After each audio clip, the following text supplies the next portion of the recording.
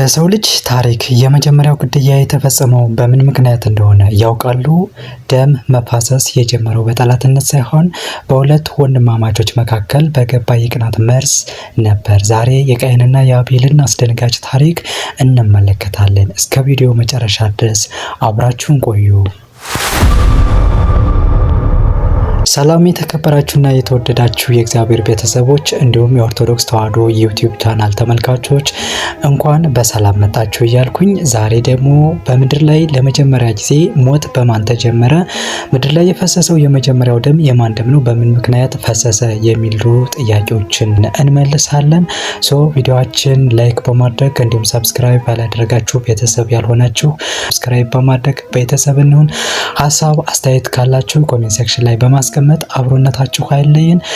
ከብዙ ሺህ ዓመታት በፊት ዓለም ገና በለጋነቷ የሰው ልጅ ታሪክ በአንድ ትልቅ ፈተና ተጀመረ። አዳምና ሔዋን ከገነት ከወጡ በኋላ በምድር ላይ ሁለት ወንድማማቾችን ወለዱ። የመጀመሪያው ቃየን ሲሆን ሁለተኛው ደግሞ አቤል ነበር። እነዚህ ወንድማማቾች በአንድ ቤት ቢያድጉም በልባቸው ውስጥ ግን ሁለት የተለያየ ዓለም እየተገነባ ነበር። ቃየን ጉልበቱን ለምድር የሰጠ በላቡ አፈርን አርሶ እሸትን የሚያመርት ታታሪ ገበሬ ነበር።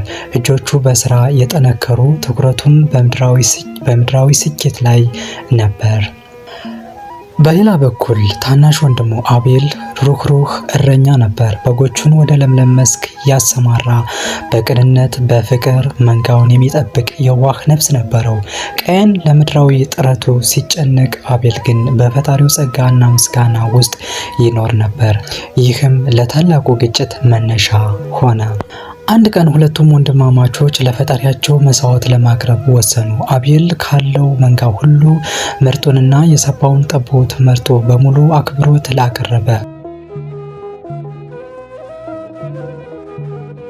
እግዚአብሔርም የአቤልን ቅን ልቦና ንጹሕ መስዋዕት በደስታ ተቀበለው። ቃየን ግን ከምድር ፍሬ ያገኘውን ለግዴታ ያህል ብቻ አቀረበ። ምርጡን ከመስጠት ይልቅ ለራሱ አስቀረ። በዚህም ምክንያት እግዚአብሔር ወደ ቃየን መስዋዕት አልተመለከተም። በዚህ ጊዜ በቃየን ልብ ውስጥ የቅናት መርዝ ተረጨ። ፊቱ በቁጣ ጠቆረ። ፈጣሪውም እንዲህ ሲል አስጠነቀቀው፣ ቃየን ሆይ ለምን ትቆጣለህ? መልካም ብታደርግ ተቀባይነት አታገኝም ነበርን? ኃጢአት በደጅ ባለች፣ አንተ ግን በእርሷ ላይ ንገስባት። ቃየን ግን የፍቅርን ምክር ሰምቶ ራሱን ከመግዛት ይልቅ ለጥላቻው እጅ ሰጠ። ወንድሙን አቤልን ወደ ሜዳ እንሂድ አለው። ሜዳ ላይ ብቻቸውን ሲሆኑ ቃየን በድንገት ያን በልቡ የቋጠረውን ጥላቻ ወደ አስከፊ ድርጊት ለወጠው። ንጹሕ አቤል በወንድሙ እጅ ሕይወቱ አለፈች። የመጀመሪያው ደም በምድር ላይ ፈሰሰ። ከግድያው በኋላ የእግዚአብሔር ድምፅ ቃየንን ፈለገው። ወንድምህ አቤል የት ነው? ቃየን ግን በድፍረት በንቀት መለሰ፣ አላውቅም፣ እኔ የወንድሜ ጠባቂ ነኝን? ነገር ግን ከፈጣሪ የሚሰወር ወንጀል የለም። የአቤል ደም ከምድር ወደ ፈጣሪ ጮኸ። ቃየንም ከቤተሰቡና ከፈጣሪው ፊት ተለይቶ በምድር ላይ ተቅበዝባዥ እንዲሆን ተፈረደበት።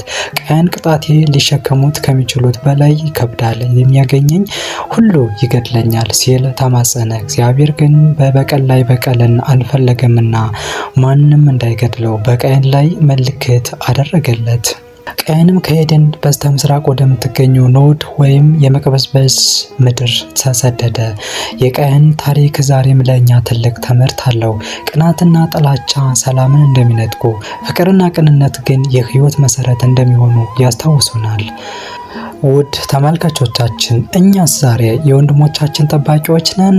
የቃየን አይነት የቅናት መንፈስ በልባችን እንዳይሰለጥን እንጠንቀቅ። ይህ ታሪክ ትምህርት ከሰጣችሁ ላይ በማድረግና ለወዳጅ ዘመዶቻችሁ ሼር በማድረግ አጋርነታችሁን አሳዩን። እንዲሁም ሰብስክራይብ ካላደረጋችሁ እንደነዚህ ያሉ መንፈሳዊ ታሪኮችን እንዳያመልጧችሁ የደወል ምልክቷን ይጫኑ። ሰላም ለሁላችን ይሁን። አሜን።